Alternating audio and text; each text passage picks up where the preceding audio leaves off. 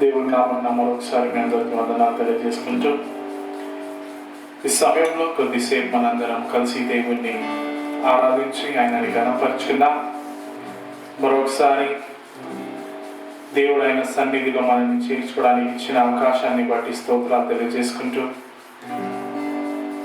ఆ దేవుణ్ణి మనం ఆరాధిస్తాము. ఎనలేని ప్రేమతో మనల్ని ప్రేమించిన అద్భుతమైన దేవుణ్ణి మనము ఈరోజు ఈ విధంగా ఆరాధించగలుగుతున్నామంటే అది ఎంతో గొప్ప విషయం. ఈ సమయంలో మీ అందరినీ హృదయాలను సిద్ధపరచుకోవాలని మనవి చేస్తున్నా.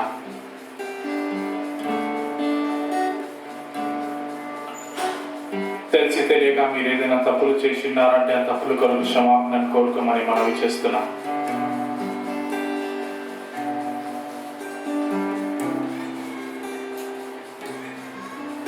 మన్నించే దేవుడు మన యేసయ్య.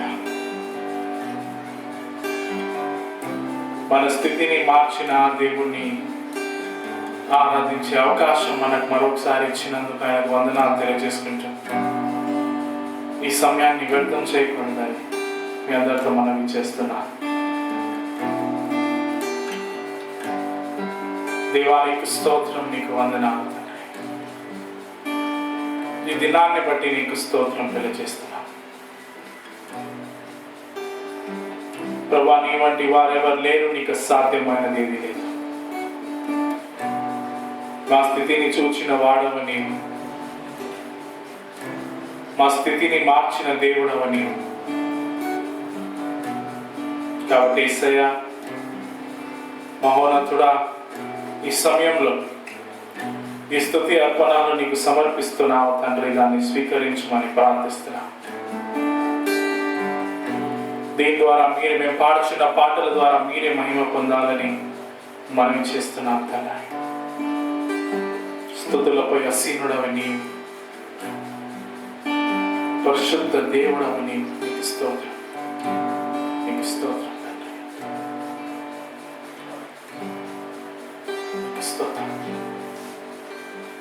నీకు స్తోత్రం యేసయ్య.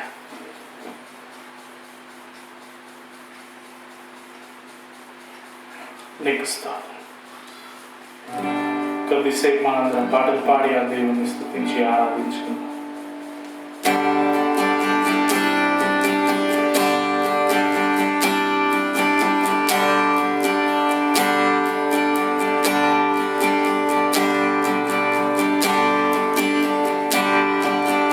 అత్యున్నత సింహాసనముపై ఆసీనుడవైన నా దేవా, అత్యున్నత ప్రేమ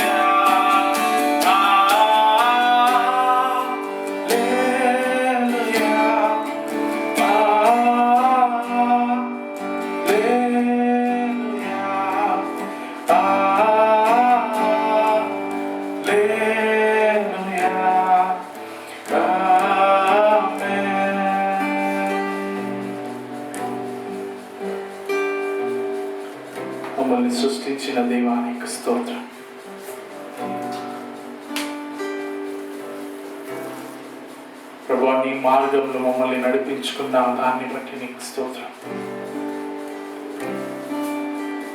ప్రభువా, నిన్ను ఆరాధించి నిన్ను గణపరచాలని దేవా, ఓ యేసయ్యా, నీ వంటి వారు ఎవరు లేరని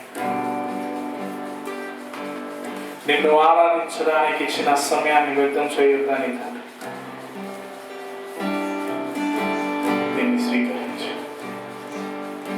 స్వీకరించేసయ్యా, నీకు స్తోత్రం.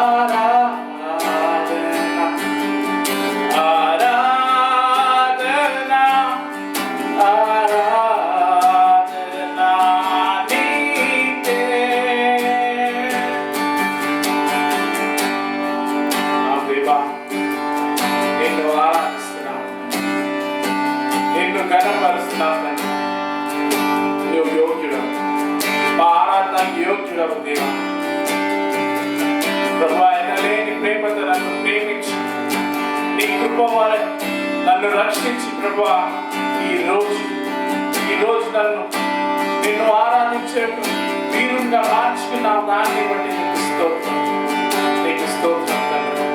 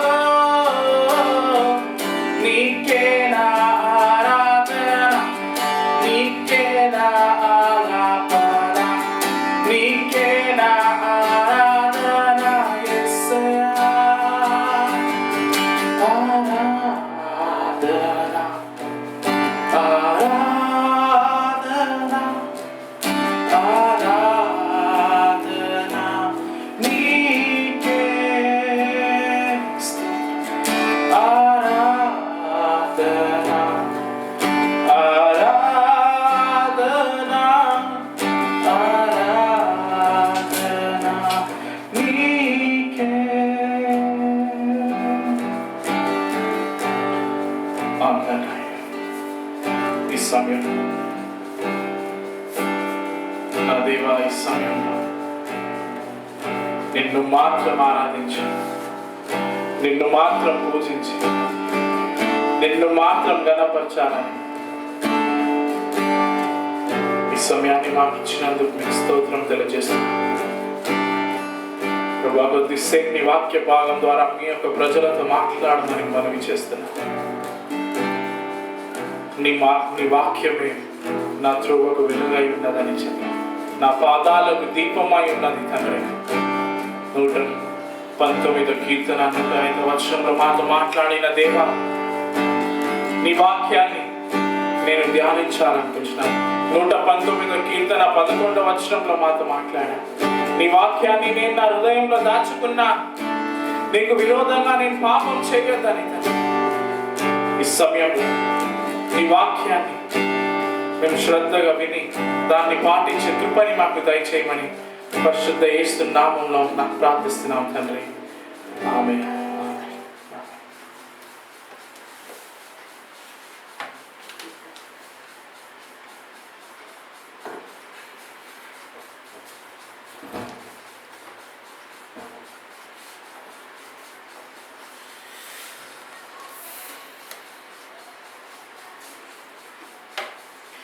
చాలా సంతోషం అండి. మరొకసారి ఈ విధంగా మనము చేయలు వెళ్ళాం, దేవుణ్ణి ఆరాధించగలిగాము.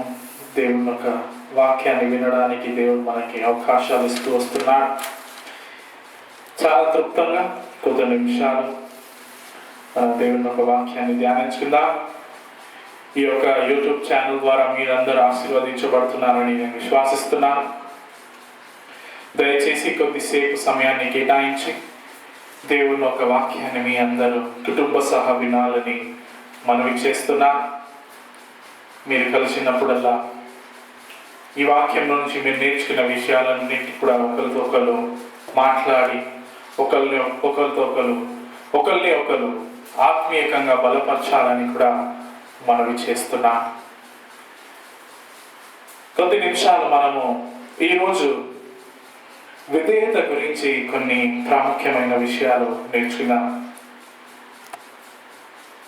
ప్రజలు దేవుడు విధేయతని ఎంత గౌరవిస్తాడని, విధేయతకున్న గొప్ప విషయాలు మనం ఈరోజు నేర్చుకుందాం. ప్రజలు దేవుని యొక్క వాక్యానికి ఎందుకు విధేయత చూపించలేరని, విధేయతకి సంబంధించిన కొన్ని విషయాలు మీతో పంచుకోవాలని ఆశపడుచున్నాను. మొదటి సమయంలో 15 అధ్యాయం అందించాలి. మొదటి సమయంలో 15 అధ్యాయము 22-23 వచనాలు మీ యొక్క పవిత్ర గ్రంథంలో మీరందరూ చూడాలని మనవి చేస్తున్నాను. మొదటి సమయంలో 15 అధ్యాయము 22-23 వచనాలు. మొదటి సమయంలో 15, 22, 23 నేను ఇంగ్లీష్లో మీకు చదివి వినిపిస్తాను, మీరు మీ పవిత్ర గ్రంథంలో చూడండి. And Samuel said, "Had the Lord has great delight in burnt offerings and sacrifices as in obeying the voice of the Lord. Behold, to obey is better than sacrifice, and to hearken than the fat of rams. For rebellion is as the sin of witchcraft, and stubbornness is as iniquity and idolatry. Because thou hast rejected the word of the Lord, he hath also rejected thee from being king." ఆ చివరి భాగంలో కొన్ని విషయాలు దేవుడు చెప్పాడు. రాజు అయిన సౌలుని దేవుడు ఎందుకు తుణీకరించాడంటే, ఆయన దేవుని యొక్క వాక్యాన్ని తుణీకరించాడు కాబట్టి దేవుడు ఆయనని తుణీకరించాడు. అలాగే 22వ వచనంలో మనం ఏం చూశామంటే, సమయలు ప్రవక్త అయిన సమయలు ఏం చెప్తున్నారు? మీ త్యాగాలు, మీ బలి అర్పణాలు మాకు అవసరం. దేవుడు దాన్ని బట్టి సంతోషించాడు. నువ్వు దేవుని యొక్క వాక్యాన్ని విని దానికి ఎంత శ్రద్ధ చూపిస్తున్నావు, దేవుని యొక్క వాక్యాన్ని బట్టి నువ్వు ఎంత విలువ ఇస్తున్నావు, దాన్ని బట్టి దేవుడు సంతోషిస్తాడు. విధేయతకి దేవుడు ఎక్కువ విలువనిచ్చాడు. క్రైస్తవ జీవితంలో దేవుడు విధేయతకి ఎంతో విలువనిచ్చిందా. ఈరోజు రాజైన సమయల జీవితంలో నుంచి కొన్ని విషయాలు. మొదటిగా, దేవుడు మన ఎదుటి నుంచి ఏం కోరుకుంటాడంటే మనము శ్రద్ధగా ఆయన చెప్పిన ప్రతి ఒక్క మాటని విని దానికి విధేయతని చూపించాలనేది ఆయన మన దగ్గర నుంచి కోరుకుంటున్న విషయం. ఆయన మనకి ఎందుకు కొన్ని విషయాలు తెలియజేస్తాడంటే అది మన ఆత్మీయ జీవితానికి ఎంతో అవసరమైన విషయాలు కాబట్టి. దేవుడు మనకు అనవసరమైన విషయాలు ఎప్పుడు నేర్పించాడు, అనవసరమైన విషయాలు ఎప్పుడు బోధించాడు. ఏదైతే మనని ఆత్మీయతలో బలపరుస్తాయో, ఏ విషయాలైతే మనని ఆయనలో యేసుక్రీస్తు వారి యొక్క స్వరూపంలో మారుతుంటుందో ఆ విషయాలు మాత్రమే దేవుడు మనకి మనందరికీ నేర్పిస్తూ వస్తుంటాడు. కాబట్టి ఆయన కోరుకున్న విషయం ఏంటంటే ఆ మాటని మనము శ్రద్ధగా విని దానికి ఎలాంటి ప్రశ్నలు తిరిగి అడగకుండా విధేయతని చూపించాలనేది ఆయన మనందరి దగ్గర నుంచి కోరుకుంటున్నాడు. ఇక్కడ ఈ 15వ అధ్యాయంలో మనందరికీ తెలిసిన కథ.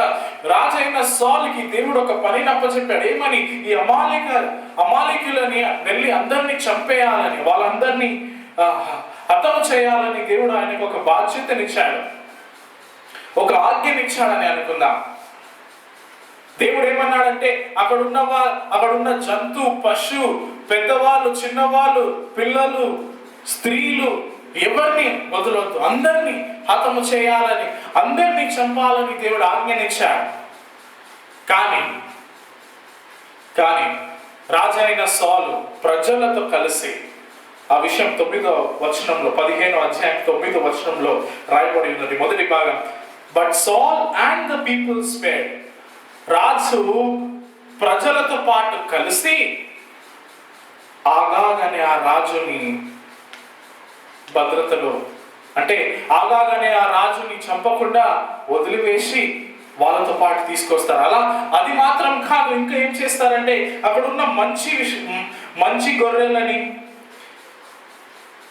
మంచి ఆవులని, ఎద్దులని, అవన్నిటిని వాళ్ళు ఏం చేస్తారంటే తీసుకొస్తారు. ఏదైతే మంచిది లేదు, ఇంగ్లీష్ లో దాని గురించి చాలా బాగా రాయబడి లేదు. వర్డ్స్ అక్కడ ఉపయోగించిన పదాలు ఏంటంటే వైల్ అండ్ రిఫ్యూజ్. వైల్ ఆ మాటకి అర్థం ఏంటంటే ఎక్స్ట్రీమ్లీ అన్ప్లెజెంట్, అంటే అది చూడడానికి సౌందర్యంగా లేదు, చూడడానికి ఏదైతే బాగోలేదో అక్కడ ప్రజలు ఏం చేశారంటే వాళ్ళన్నింటినీ వదిలేశారు. రెండోది రిఫ్యూజ్ అంటే రబ్బిష్. అంటే రబ్బిష్ మనకి తెలుసు, కచరా అంటే ఏదైతే విలువలేనిది. వాళ్ళ దృష్టిలో ఇది విలువలేని దానికి విలువలేనట్టు వాళ్ళు చూశారు.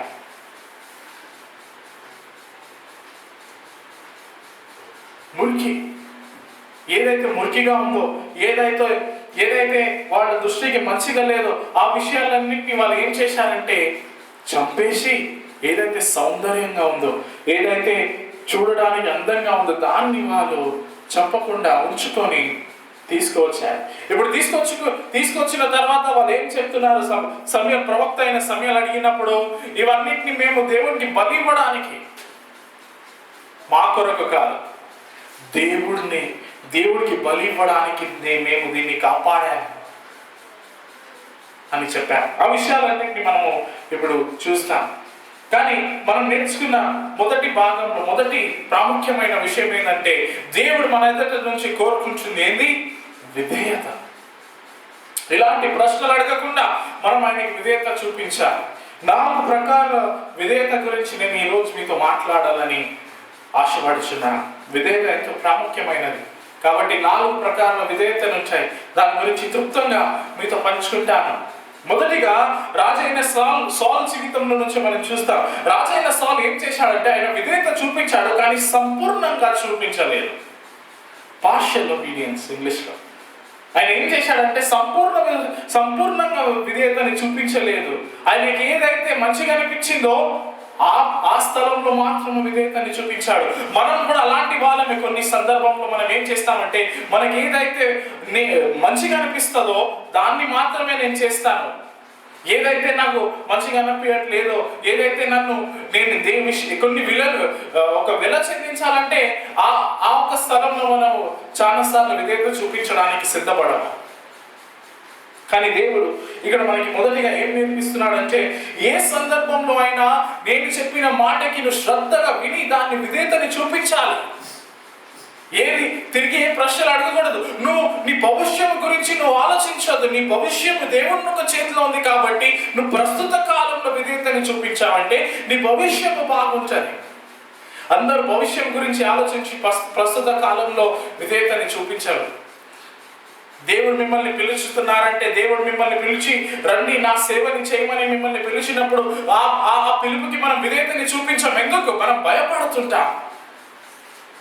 నా భవిష్యం ఎలా ఉంటుందో, లేకపోతే నన్ను ఎవరు పోషుకుంటా, నేను పిలిచిన వాడు నమ్మదగిన వాడు అని పవిత్ర గ్రంథం మనకి నేర్పిస్తుంది. కానీ ఆయన పైన మన విశ్వాసాన్ని ఉంచాము. దేవుడు మనకి ఈ రాజైన సౌలు జీవితం నుంచి ఏం నేర్పిస్తున్నాడంటే, చూడడానికి కొన్ని విషయాలు అందంగా కనిపించవు. దేవుడి యొక్క ప్రణాళికల్లో చూడడానికి కొన్ని విషయాలు అందంగా కనిపించవు. చూడడానికి కొన్ని విషయాలు మనము మన శరీర ద్వారంగా మనం ఆలోచించామంటే అది మనకి రబ్బిష్లా అనిపిస్తుంది. ఏంటి ఇది, అనవసరమైన విషయాలు చేస్తున్నాను అని, మురికి, ఇది దీంట్లో ఏ విలువ లేదు, నాకు ఎలాంటి నామం రాదు అని అలా అది దేవుని యొక్క ప్రణాళిక కొన్నిసార్లు మనుషుల చూపుతో మనం దాన్ని ఎలా పోల్చామంటే, దాన్ని ఎలా చూసామంటే అది మనకు అలా కనిపిస్తుంటుంది. కానీ విశ్వాస చూపులతో మనం చూస్తే మనకు దాంట్లో ఉన్న రబ్బిష్ కాదు, దాంట్లో ఉన్న చేదు కాదు, దాంట్లో ఉన్న అనవసరమైన విషయాలు కాదు, దేవుని యొక్క మహిమని మనం దాంట్లో చూస్తుంటాం. దేవుని యొక్క మహిమని చూస్తుంటా. రాజైన సౌలు ఏం చేశాడు? ఆయన భవిష్యాన్ని కాపాడుకోవడానికి, ఆయన స్థలాన్ని కాపాడుకోవడానికి, ఆయన నామాన్ని కాపాడుకోవడానికి ఆయన ఈ పాపం చేశాడేమో అనుకున్నా. ప్రజలు చేశారని నిందను మోపారు. తర్వాత రాజైన సౌలు ఏం చేశారండి? 15వ వచనంలో మీరు చూడండి, ఆయన ఏం చేశాడు? ఫర్ ద పీపుల్స్ స్పేర్ ఆయన ఏమంటున్నాడు. కానీ 9వ వచనంలో మనం ఏం చేద్దాం? రాజైన సౌలు మరియు ప్రజలు ఇద్దరు కలిసి చేశారు. కానీ ఇక్కడ ఆయన ఏం చేశారంటే ప్రజల మీద నిందను మోపాడు. నేను ఎందుకు విధేయత చూపించలేదంటే ప్రజలు ఇలా చేశారని. అదే మనం కూడా చేస్తాము. ఎందుకయ్యా నువ్వు విధేయతను చూపించలేదంటే నా కుటుంబ సభ్యులు లేకపోతే వాళ్ళు లేకపోతే వీళ్ళని కారణాలు వెతుకుతుంటాను. విధేయత చూపించడానికి నేను విధేయతను ఎందుకు చూపించలేదంటే దానికి కారణాలు మనం ఇస్తుంటాం. ఇది కారణము, ఇందువల్ల నేను విధేయత చూపించలేదు. కారణాలు మనం వెతుకొద్దు. దేవునికి దగ్గర రావాలంటే మనము ఏ సందర్భంలో అయినా ఎలాంటి పరిస్థితిలో ఉన్నప్పటికీ మనం దగ్గరికి రావాలి. ఆయన మాటకి విధేయత చూపించాలి. రాజైన సౌలు కారణాలు వెతుకోద్దు. ఆగాన్ని మనము ఉంచుకుందాం. ఆ అమాలేకులు ఎవరు? మనం చాలాసార్లు విని ఉంటాము. ఆ అమాలేకులు అనుకుందాం అది మన శరీర క్రియలు కావచ్చు. దేవుడు ఏమంటున్నాడు? నీ శరీర క్రియలని చంపడానికి సంపూర్ణంగా చంపే. దేవుని ఉంచాలి. మనం ఏం చేస్తాము? కొన్ని శరీర క్రియలని చంపేస్తాం. అనుకుందాం ఒక రోజులో మనము టీవీని 6 గంటలు చూస్తున్నామంటే ఇప్పుడు దేవుని యొక్క వాక్యాన్ని విని మనం ఏం చేస్తాము? 6 గంటలు కాదయ్యా, నేను ఇప్పుడు 2 గంటలు మాత్రమే చూస్తాం. కానీ దేవుడు ఏమంటున్నాడు? నువ్వు సంపూర్ణంగా నాకు విధేయతను చూపించలేదు. సంపూర్ణంగా మనం దేవునికి విధేయతని చూపించే ప్రజలుగా మనమై ఉండాలని దేవుడు మన ఎదుట నుంచి కోరుకుంటున్నాడు. కాబట్టి రాజైన సౌలు లాగా మాట అయితే విన్నాడు, కానీ సంపూర్ణంగా కాదు. అమాలేకులను అయితే వెళ్ళి చంపాడు, కానీ దేన్నైతే చంపాలో దాన్ని చంపకుండా వదిలేశాడు. ఆ రాజుని చంపాలైనా, ఆగాగ్ని చంపాలైనా, కానీ ఆయన ఏం చేశాడు? ఆ ఆగాగ్నే చంపకుండా ఉంచేశాడండి. కొన్నిసార్లు మనం కూడా అలాంటి వాళ్ళం. 1 సామ్యూయలు 8వ అధ్యాయంలో మనం ఒకసారి ఒక వాక్యాన్ని విన్నాము. ఆ వాక్యం ఏంటంటే, ఆ వాక్యంలో మనం ఏం విన్నామంటే దేవుడు దేవుడిని ఒక మందసాన్ని వాళ్ళు ఏం చేస్తారంటే ప్రత్యక్ష గుడారం ఆ మందసాన్ని తీసుకువెళ్ళి దాగాన్ని ఒక విగ్రహం పక్కన వాళ్ళు నిల్చోబెడతారు. కానీ దేవుడు ఏం చేస్తాడు? ఆ దాగాన్ని ఒక విగ్రహాన్ని పడగొట్టేస్తాడు. కానీ అక్కడ ప్రజలు ఏం చేస్తారు? ఆ ప్రజలు అక్కడ ఏం చేస్తారంటే మరొకసారి ఆ దాగాన్ని లేవనెత్తి అక్కడ పెడతారండి. అలాంటి వాళ్ళు మనం కావద్దు. దేవుడు దేన్నైతే పడవేశాడో దాన్ని పడవేయాలి. దేవుడు మనకి ఏదైతే దేనికైతే విధేయతని చూపించమంటున్నాడో దానికి మనం విధేయతని చూపించాలి. అదే ఆయన కోరుకుంటుంది, అదే మనకి కావాల్సింది. ఆ విధేయత వల్ల మనం ఎంతగానో ఆశీర్వాదంలోకి వస్తాం. కాబట్టి ఇది రాజైన సౌలు ఏం చేస్తున్నాడు? సంపూర్ణ విధేయతని చూపించకుండా ఆయనకి ఏదైతే నచ్చిందో దాన్ని వదులుకున్నాడు. అనే శరీర క్రియలని వదులుకున్నాడు. మనం అలాంటి ప్రజలు కావద్దు. దేవుడు మనతో మాట్లాడుతున్న విషయం ఏంటంటే, సంపూర్ణంగా నీ శరీర క్రియలని నాశనం చేయి. సంపూర్ణంగా ఏదైతే నిన్ను దేవుడి నుంచి వేరు చేస్తుందో దాన్ని వదులుకోమని దేవుడు అంటున్నాడు. సంపూర్ణంగా వదులుకో. నిన్ను దేవుడి దగ్గర నుంచి దేవుడిని దూరం చేసే విషయాలన్నింటినీ మనం సంపూర్ణంగా వదులుకోవాలి. అదేమైనా కావచ్చు. ప్రజలతో ఎక్కువ సమయం గడుపుతున్నామేమో దేవుడితో గడపకుండా, దాన్ని వదులుకోవాలి. నేను ఇది అంటే లేనికి ప్రజలు మనకు అవసరం లేదు, వాళ్ళు అవసరం. కానీ మన జీవితంలో ప్రజలు దేవుని యొక్క స్థలాన్ని తీసుకోవద్దు. అది ఎవరైనా కావచ్చు, మీ పిల్లలు కావచ్చు, మీ భర్త కావచ్చు, మీ భార్య కావచ్చు, సంఘం కావచ్చు. దేవుడితో ఎక్కువ సమయాన్ని గడపడం మొదలు పెట్టాలి. దేవుడి విషయాలు తెలుసుకోవాలి. అదే మనకు కావాల్సింది, అదే మన ఊపిరి, అదే మన జీవితానికి ఈ జీవితానికి విలువ ఇచ్చేది దేవుని యొక్క వాక్యము. కాబట్టి సంపూర్ణంగా విధేయతని చూపించాలి. రాజైన సౌలు కాదు. కొన్ని విషయాలు కొన్ని సందర్భాల్లో మాత్రమే నేను చూపిస్తాను, కొన్ని సందర్భాల్లో నేను దేవుని విధేయత చూపించను లేదు. అది అలాంటి వ్యక్తిని దేవుడు ఇష్టపడాడు. సంపూర్ణంగా ఏ విషయంలో అయినా దేవుడు చెప్పితే దాన్ని సంపూర్ణంగా లోబడి ఆ మాటని స్వీకరించి దాన్ని జాగ్రత్తగా విని శ్రద్ధగా పాటించి సంపూర్ణంగా లోబడి విధేయత చూపించే వాడిని దేవుడు ప్రేమిస్తాడు. ఆ వ్యక్తి ఎవరంటే అబ్రహాం. ఆదికాండం 22వ అధ్యాయంలో అబ్రహాంతో దేవుడి మాట అన్నాడు, వెళ్ళు, నీ ఏకైన కుమారుడు ఇస్సాకుని బలి ఇవ్వమంటే ఏది ప్రశ్న అడగలేదు, వెంటనే కార్యం చేయడం మొదలు పెట్టాడు ఆ వ్యక్తి అబ్రహాం. ఇలాంటి మాటలు మనం విని ఉంటాం. ఇలాంటి మాటలు ఎప్పుడు అడగలేదు. ఎందుకు దేవా, ఒకటే కొడుకు దేవా, నువ్వు ఇచ్చిన బహుమానం ఇప్పుడు నువ్వే తిరిగి అడుగుతున్నావు ఏంటి? అలాంటి కారణాలు ఏమి ఇవ్వలేదు. సౌలు ప్రజలు చేశారు, ప్రజలు చెప్పారు, అలాంటి ఏం మాటలు అడగలేదు. నువ్వు చెప్పావంటే నేను నీకు విధేయతను చూపిస్తాను. అబ్రహాం జీవితం ద్వారా మనం ఏం నేర్చుకుంటున్నాం, ఆ కార్యం ద్వారా మనం ఏం నేర్చుకుంటున్నాం అంటే ఆయన దేవుడికి ప్రాముఖ్యతనిచ్చాడు, వేరెవరికి ఇవ్వలేదు. దేవుడు మాత్రమే నాకు కావాలి అని ఆయన ఏకైనా కుమారుని కూడా బలి ఇవ్వడానికి సిద్ధపడాడు. ఎందుకంటే ఆయన ఇస్సాకు అయినా దేవుడిని ఎక్కువగా ప్రేమించాడు కాబట్టి దేవుడికి లోపడడానికి ఆయన సిద్ధపడ్డాడు. మనం దేవుడిని ప్రేమిస్తాం, మనం ఎవరినైతే ఎక్కువగా ప్రేమిస్తామో వాళ్ళతో ఎక్కువ సమయాన్ని గడుపుతాం, వాళ్ళకి విధేయతని కూడా చూపిస్తాం. వాళ్ళకి ఏ విషయాలు కావాలో వాళ్ళన్నింటినీ మనం పట్టించుకుంటాం. కాబట్టి ఈ విషయాన్ని జాగ్రత్తగా మనం అందరం వినాలండి. సంపూర్ణమైన విధేయత, సంపూర్ణంగా ఏ స్థలంలో రాజీ పడకుండా విధేయతని చూపించాలి. రాజైన సౌలు ఏం చేశాడు? మన్నించాలి. రాజైన సౌలు ఏం చేశాడు? రాజీ పడ్డాడు. మనం రాజీ పడుతూ ఏం చేస్తామంటే ఏదైనా తప్పులు చేసేస్తాం, పాపానికి గురి అవుతాం. మీకు ఒకసారి మనం సంఘంలో విన్న వాక్యం, రాజీ పడితే మనం ఏమవుతుంది? మొహమాటానికి గురి అవుతాం. Sentimentality, compromise and sin. ఎవరితో అయినా మనం మొహమాట కలిగి జీవించామంటే వాళ్ళతో మనం రాజీ పడ్డామంటే చివరిగా వచ్చేది పాపము. కాబట్టి మొహమాటంలో జీవించవద్దు, రాజీ పడవద్దు. దేవుడు చెప్పిన విషయాల్ని జాగ్రత్తగా విని దాన్ని దేవుడు ముందుగా చెప్పినట్టు ఏదైతే మనకు లాభమో, ఏదైతే నన్ను ఆత్మీయతలో బలపరుస్తుందో, ఆత్మీయతలో నడిపిస్తుందో దాన్ని మాత్రమే దేవుడు మనకి బోధిస్తాడు. కాబట్టి ఆ విషయాన్ని మనం జాగ్రత్తగా వినాలి. ప్రశ్నలు అడగవద్దు. అబ్రహాం లాగా వెళ్ళాడు, ఇస్సాకుని బలి ఇవ్వడానికి సిద్ధపడ్డాడు, ఒక బలిపీఠాన్ని తయారు చేసుకున్నాడు. ఆయనని బలి ఇచ్చే సమయంలో పరలోకం నుంచి ఒక శబ్దం వచ్చింది, దేవుడు మిమ్మల్ని పరీక్షిస్తారు మీ విధేయతలో, మీరు ఎంతగా విధేయత చూపించగలగారని. కాబట్టి ఏ సందర్భంలో అయినా దేవుడితో ఒప్పందం చేసుకోండి, నేను విధేయతను చూపిస్తాను తండ్రి, సంపూర్ణంగా. రెండో ప్రకార విధేయత ఏంటంటే, కొంతమంది విధేయతను చూపిస్తారు కానీ ఎలా? భయం వల్ల, భయపడుతూ చేస్తారు. అయ్యో నేను ఈరోజు ఇది చేయకపోతే ఇది కోల్పోతానేమో, నేను ఈరోజు ఇది చేయకపోతే దేవుడు నా పైన కోపం ఉంచాడు, నన్ను నా జీవితంలో కష్టాలని తీసుకొస్తాడని భయపడుతుంటారు.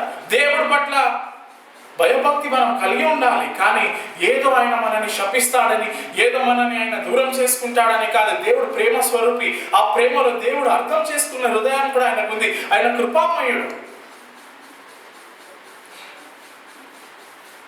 ఈ మతాన్ని పాటించే వాళ్ళందరూ అలానే చేస్తారు. మతాన్ని పాటించే వాళ్ళందరూ కొంతమంది ఏం చేస్తారంటే భయపడుతూ చేస్తారు. కానీ దేవుడు ఏమంటున్నాడు? ధైర్యంగా నా సింహాసనం దగ్గర రా. హెబ్రోనుకి రాసిన పత్రికలో ఆయన ఏం చెప్పాడు? భయపడకుండా ధైర్యంగా కృపా సింహాసనం దగ్గర వచ్చి నువ్వు కృపని పొందుకో.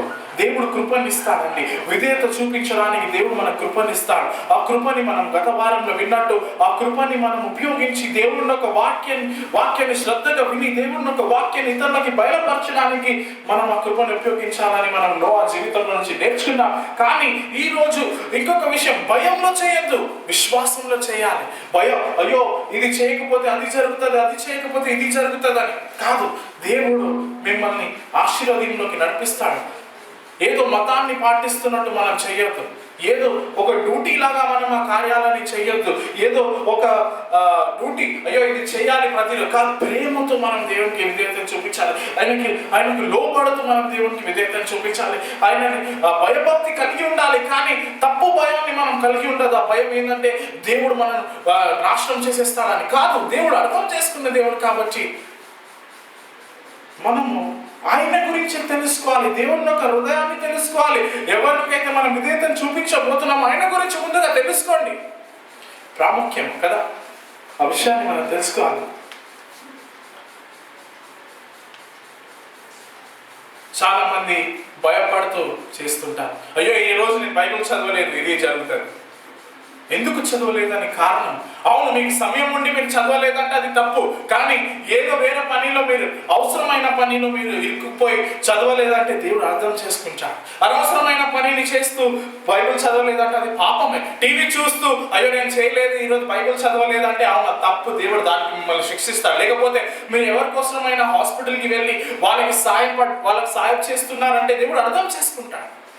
శాపం మన దేవుడు శపించే దేవుడు మాత్రమే కాదు, మనని ఆశీర్వాదంలోకి నడిపించే దేవుడు. ఆయన అర్థం చేసుకున్న దేవుడు కాబట్టి రెండో ప్రకార విధేయతాన్ని మనం చేయవద్దు.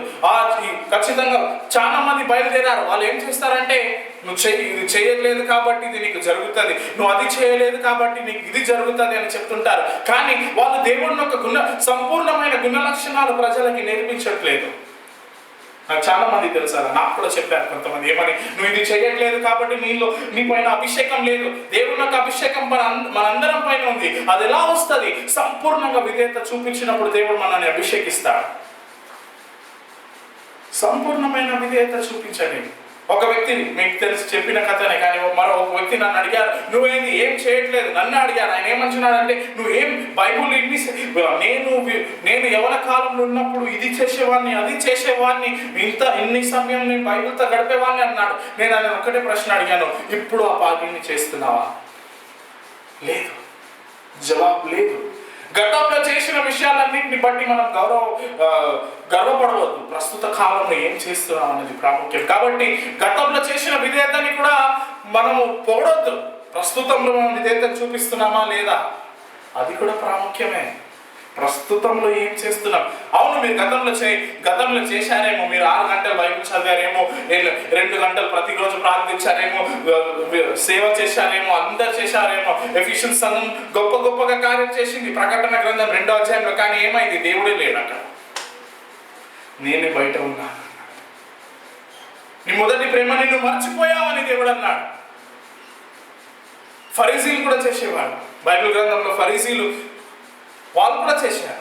వేషధారులు వాళ్ళు. కానీ ఏం చేసేవారు? ప్రజలు చూస్తున్నారంటే విధేయత చూపిస్తారు, లేకపోతే కాదు. అందుకే ఎఫెసీయుల గ్రంథంలో కూడా చాలా చక్కగా 6వ అధ్యాయంలో పౌలు గారు మనకి అందరికీ చెప్పిన విషయం, ఎఫెసీయుల గ్రంథం 6:6లో, not with eye service as men pleasers. Men pleasers అంటే అందరు నిన్ను చూస్తున్నారని, ప్రజలని సంతోషపరచాలని విధేయత చూపించకూడదు. దేవుడు చూస్తున్నాడనే విషయాన్ని గుర్తించుకొని విధేయతను చూపించాలి.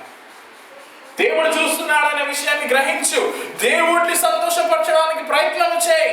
ప్రజలని సంతోషపరిచే పనిలో నువ్వు దేవుణ్ణి అసంతోషపరుస్తావేమో, ఆ విషయాన్ని గమనించాలి. మతం కాదు, ఇది ఒక సంబంధం. క్రైస్తవము ఒక మతం కాదు, ఇది సంబంధము దేవుడితో. మనం దేవుడితో సంబంధం కలిగి ఉన్నాం.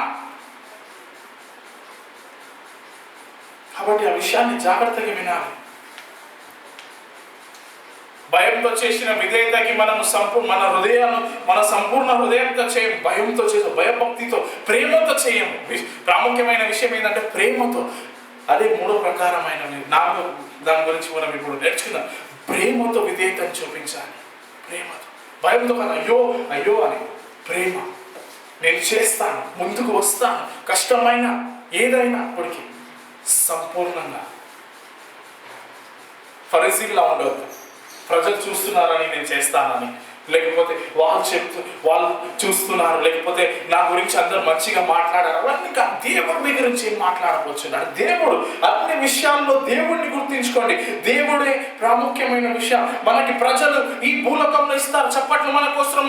భూలోకంలో ప్రజలు కొట్టే వాళ్ళు ఉంటారు, చేస్తారేమో మంచిది, కానీ దేవుడు అప్పుడు దేవుడు అంటాడేమో, నువ్వు ప్రజల గురించి పట్టించుకొని నన్ను పట్టించుకోలేదు, ఇప్పుడు నేను నిన్ను పరలోకంలో పట్టించుకోను. పరలోకంలో అయితే తీసుకున్నాను నేను, కానీ నీకు ఏం బహుమానం లేదు. ఎందుకు? నువ్వు నన్ను సంతోషపరచలేదు, ప్రజలని సంతోషపరచావు, కాబట్టి వెళ్ళు, వాళ్ళ దగ్గర నుంచి బహుమానం స్వీకరించుకో. కాబట్టి జాగ్రత్తగా ఉండండి. విధేయతని ఎలా చూపిస్తున్నా? భయంతో చేస్తున్నా, శ్రద్ధగా చేస్తున్నా, సంపూర్ణంగా చేస్తున్నా అనే విషయాన్ని గ్రహించాలి. మూడో ప్రకారం విధేయతలు ఎవరు? లూకాసు సువార్త 15వ అధ్యాయంలో ఆ వ్యక్తి పెద్ద కుమారుడు తండ్రి ఇంట్లో ఉంటున్నాడు. తండ్రి ఇంట్లో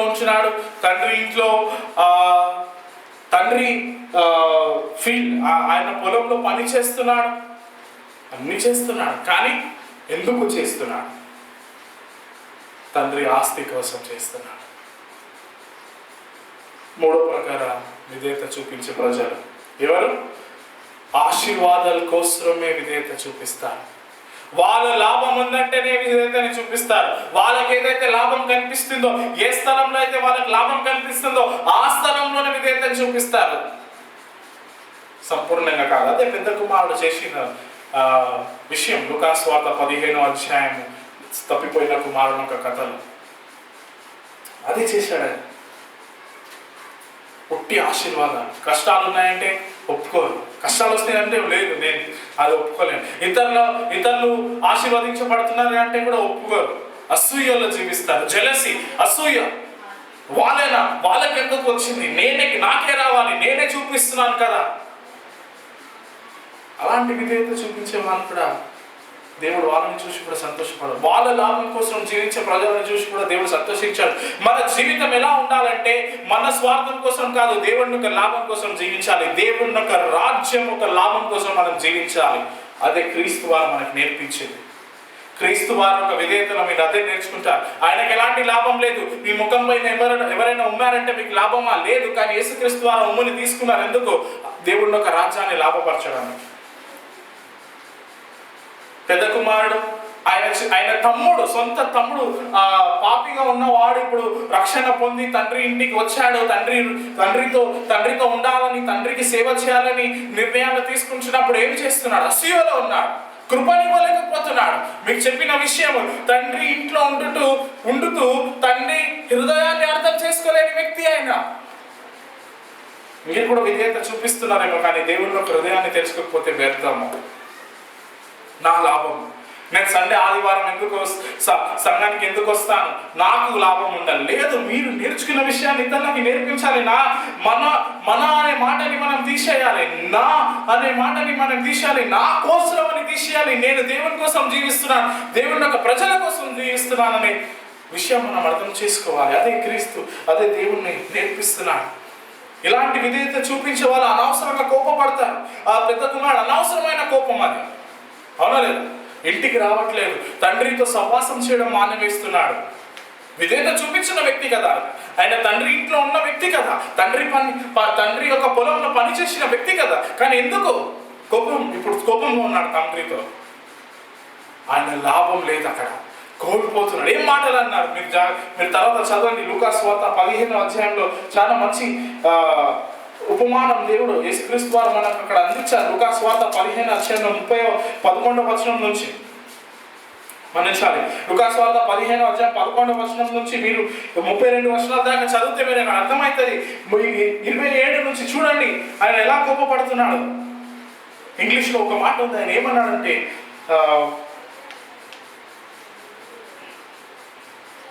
27వ వచనాన్ని ఒకసారి చూడండి. And he said unto him, Thy brother is come, and thy father hath killed the fatted calf, because he hath received him safe and sound. And he was angry and would not go in. Therefore came his father out and entreated him. And he answered, he said to his father, Lo, these many years do I have served thee, neither transgressed I at any time thy commandment, and yet thou never gavest me a kid, that I might make merry with my friend. But as soon as the son was come, which had devoured thy living with harlots, thou hast killed for him the fatted calf. చూడండి, ఏమంటారు, comparison పోల్చుకుంటున్నాడు. నేను ఇలాంటి చూడు, నేను ఎంత మంచివాడిని, నీ చిన్న కుమారుడు ఇలా చేశాడు, ఆయనకి నువ్వు విధేయత చూపించిన వ్యక్తి దేవుని ఒక హృదయాన్ని ఎందుకు అర్థం చేసుకోలేకపోయాడు? లాభం, స్వార్థం కోసము దేవుని ఒక రాజ్యంలో ఎప్పుడు కార్యాలు చేయదు. మనకు తెలుసు ఇప్పుడు ఎలా బయలుదేరారు ఎంతో మంది దేవుని ఒక నామాన్ని స్వార్థంతో, వాళ్ళ సొంత స్వార్థం కోసం ఉపయోగించుకుంటున్నారు. బాధాకరమైన విషయం. యేసుక్రీస్తు వారు అలాంటి వ్యక్తుల గురించి యోహాను సువార్త 2వ అధ్యాయంలో మాట్లాడారు. ఏమన్నాడు? మీరు నా తండ్రి ఇంటిని ఏం చేశారు? వ్యాపారం చేసే స్థలంగా మార్చుకున్నారు. Thou hast made my father's house a house of merchandise. 2వ అధ్యాయం 16వ వచనం. యోహాను సువార్త 2:16లో యేసుక్రీస్తు వారు అన్నారు, నా తండ్రి ఇంటిని వ్యాపారం చేసే స్థలంగా మార్చుకున్నాడు. దేవుడిని వ్యాపారం చేసి, దేవుడితో వ్యాపారం, దేవుడిని ఒక నామంతో వ్యాపారం చేస్తున్న ప్రజలు. అది విధేయత కాదు. నిజమైన విధేయత, 4వ ప్రకారమైన విధేయత, ప్రేమతో కూడిన విధేయత యేసుక్రీస్తు వారు చేసింది. యేసుక్రీస్తు వారు దేవుడిని ప్రేమించిన వ్యక్తి, తండ్రి పట్ల ప్రేమ ఉన్న వ్యక్తి. అందుకే ఆయన ఏం చేశాడు? సిద్ధపడ్డాడు, వెల చెల్లించాడు. ఆ మామూలు వెల కాదు అది. ఆయన ప్రాణాన్ని అర్పించాడు దేవునికి. ఆయన ప్రాణాన్ని అర్పించి దేవుడితో ఏమన్నాడు? నీ చిత్తము నెరవేర్చును గాక. నా చిత్తము కాదు, నీ చిత్తము తండ్రి. నాకు దాంట్లో కష్టం ఉన్నా పర్లేదు, నీకు ఇన్నని వీలైతే తొలగించమని అన్నాను. కానీ ఏమన్నాడు దాంతో పాటు? నీ చిత్తము నెరవేర్చును గాక. సంపూర్ణంగా విధేయతను చూపిస్తున్న వ్యక్తి యేసుక్రీస్తు వారు. సంపూర్ణంగా వెల చెందించడానికి సిద్ధపడ్డాడు, అవమానం స్వీకరించడానికి సిద్ధపడ్డాడు.